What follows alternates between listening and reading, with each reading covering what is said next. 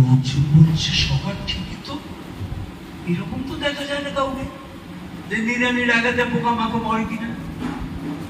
অনেকক্ষণ তাকিয়ে দেখতে দেখতে হঠাৎ অর্জুন বলল কি সখা, আমার মনে একটা খটকা লেগে গেল। কিসের কিসের কিসের খটকা? এত যে অহিংস ভক্ত, তার কোমরে একটা সোরা ঝুলানো কেন, একটা ছুরি ঝুলানো কেন? ছুরিটা তো হিংসার প্রতীক, তাই নাকি? বলে হ্যাঁ, যাও না তোমার কাছে গিয়ে জিজ্ঞেস করে এসো না ছুরিটা কেন কোমরে ঝুলিয়ে রেখেছে। তখন অর্জুন আস্তে আস্তে ভক্তের কাছে গিয়ে বলে, সত্যি আপনার মতো অহিংস ভক্ত জীবনে দেখিনি, তো আমার মনে একটা খটকা লেগে গেল। কিসের খটকা? আপনার মতো ভক্তের এই কোমরে একটা ছুরি ঝুলানো কেন?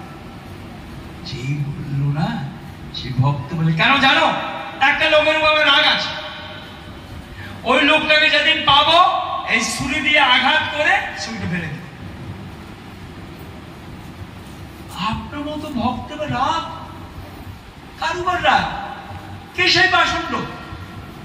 বলুন না, কে সেই পাষণ্ড? চেনো চেনো, সবাই চেনো, তোমরা জানো, সবাই চেনো, চেনো না তা না। এমন পাষণ্ড থাকে, নামটা বলুন, ওর নাম উঠে আমাদের ঘৃণা হচ্ছে। আকার ইঙ্গিতে বলুন যাতে চিনতে পারি। চেনো তোমরা, সবাই চেনো, চেনো না? সবাই চেনো। ওই যে কি বলে তৃতীয় পাণ্ডব, চেনো তো? সেই তৃতীয় পাণ্ডবের কথা বলছে। অর্জুনের মুখ কাছে সর্বনাশ। তৃতীয় পাণ্ডব তো অর্জুন, প্রথম পাণ্ডব যুধিষ্ঠির, ভীম, অর্জুন। অর্জুন ভাবলো বাবা আমার উপরে এত রাগ, বলতে পারে না যে আমি তৃতীয় পাণ্ডব। বলছে আচ্ছা তৃতীয় পাণ্ডব কি করেছে, কি করেনি? তোমরা কি এই দেশে আছো?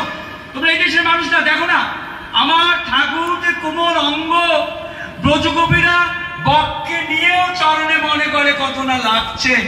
আর ওই পাষণ্ডটা আমার ঠাকুরকে দিয়ে এই যুদ্ধক্ষেত্রে ঘোড়া চালিয়েছে, ঘোড়ার ঘাস খাইয়েছে, এই যুদ্ধের নামে এক পুরো পাষণ্ড। ওকে যেদিন পাবো এই ছুরি দিয়ে আঘাত করে ফেলে দেব। এই